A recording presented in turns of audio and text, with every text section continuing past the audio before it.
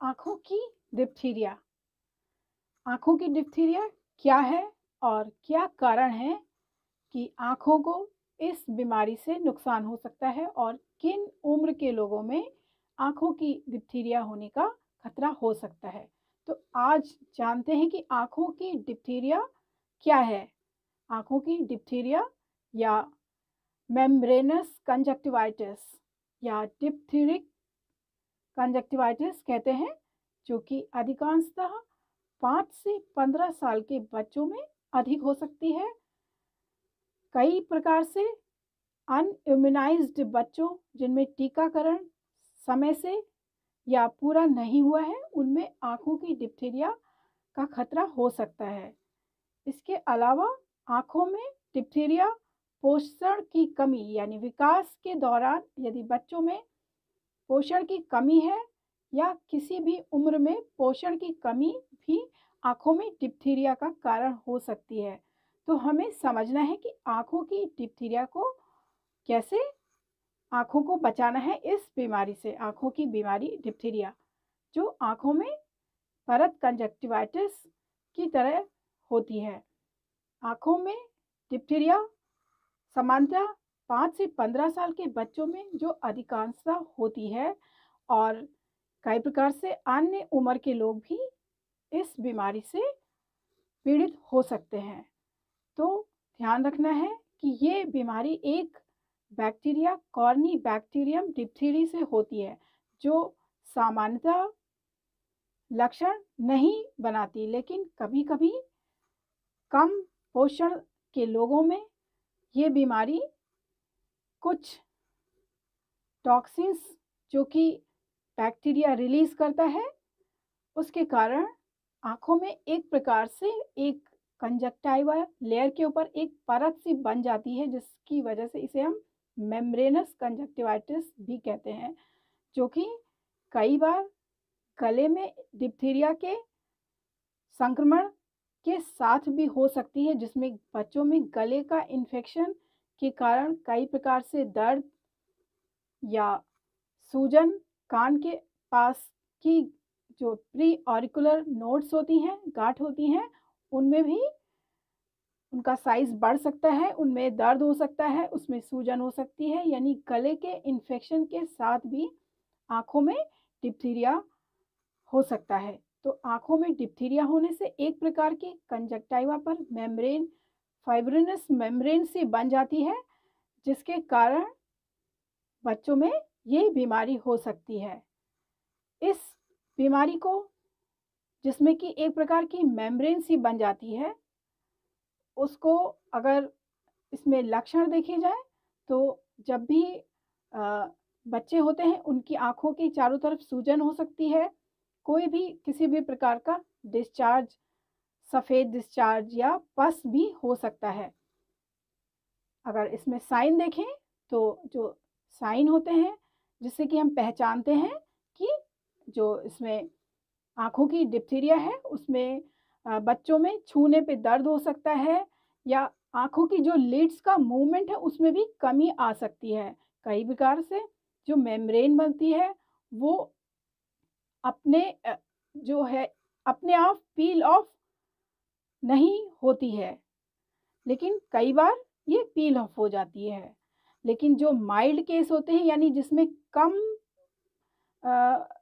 Infection होता है, उसमें यह जो मेम्ब्रेन बन जाती है वो पील ऑफ हो जाती है, लेकिन और जो उसकी अंडर सरफेस होता है कंजक्टाइवा, आँखों की जो लेयर होता है, उसमें ब्लीडिंग नहीं होती है। लेकिन अगर इन्फेक्शन ज़्यादा होता है तो कई बार जो अंडर सरफेस कंजक्टाइवा का होता है जिसमें मेम्ब्रेन बन जाती है, उसमें ब्लीडिंग भी हो सकती है आँखों में।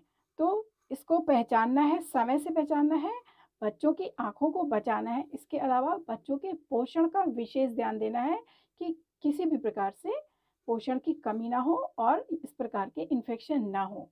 इसके साथ ही साथ अन्य लोगों को भी पोषण का ध्यान देना है और बच्चों में विशेष ध्यान देना है कि टीकाकरण समान समय से हो और पूरा हो, जिससे कि इस तरह के इन्फेक्शंस ना हो और आँखों को बचाया जा सके।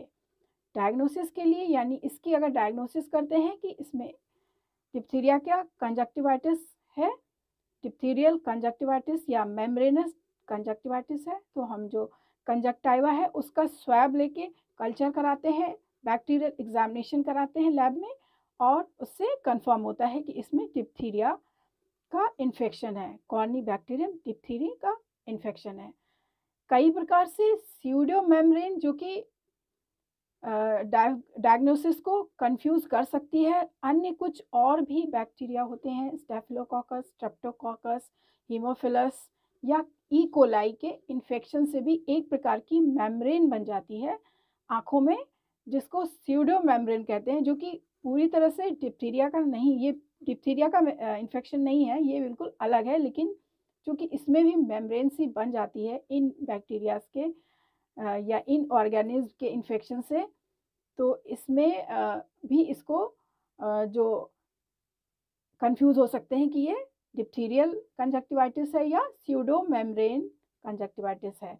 तो स्यूडो मेम्ब्रेन जो कि अन्य बैक्टीरिया जैसे Streptococcus, staphylococcus, E coli, Haemophilus या गोनोरिया के जो इन्फेक्शन होते हैं उनके कारण भी एक स्यूडो मेम्ब्रेन सी आँखों के में जम जाती है। हालांकि स्यूडो मेम्ब्रेन बनती है उसमें ब्लीडिंग नहीं होती है और ये हीलिंग जल्दी हो जाती है।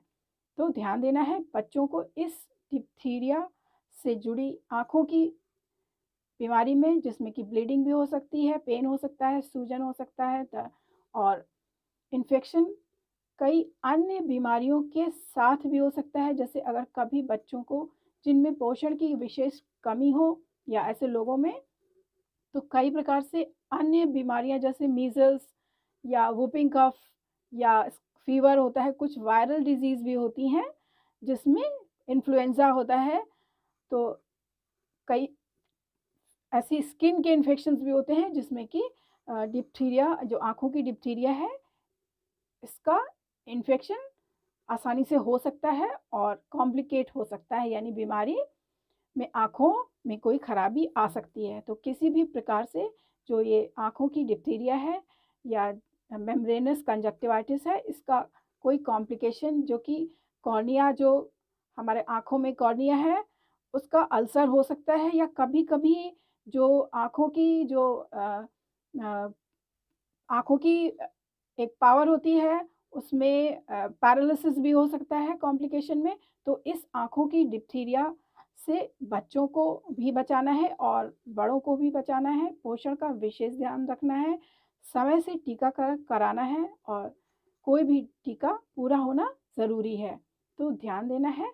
और ट्रीटमेंट में इसमें हम जब तक कि बैक्टीरिया का कल्चर नेगेटिव ना हो जाए, कंजक्टाइवा का जो स्वैब लेते हैं, ट्रीटमेंट करते हैं कि हाँ अब इसमें इन्फेक्शन नहीं रह गया है, अब हमें ट्रीटमेंट बंद कर देना है। तो ये चेक करना है, डॉक्टर की सलाह से डॉक्टर को दिखाना है।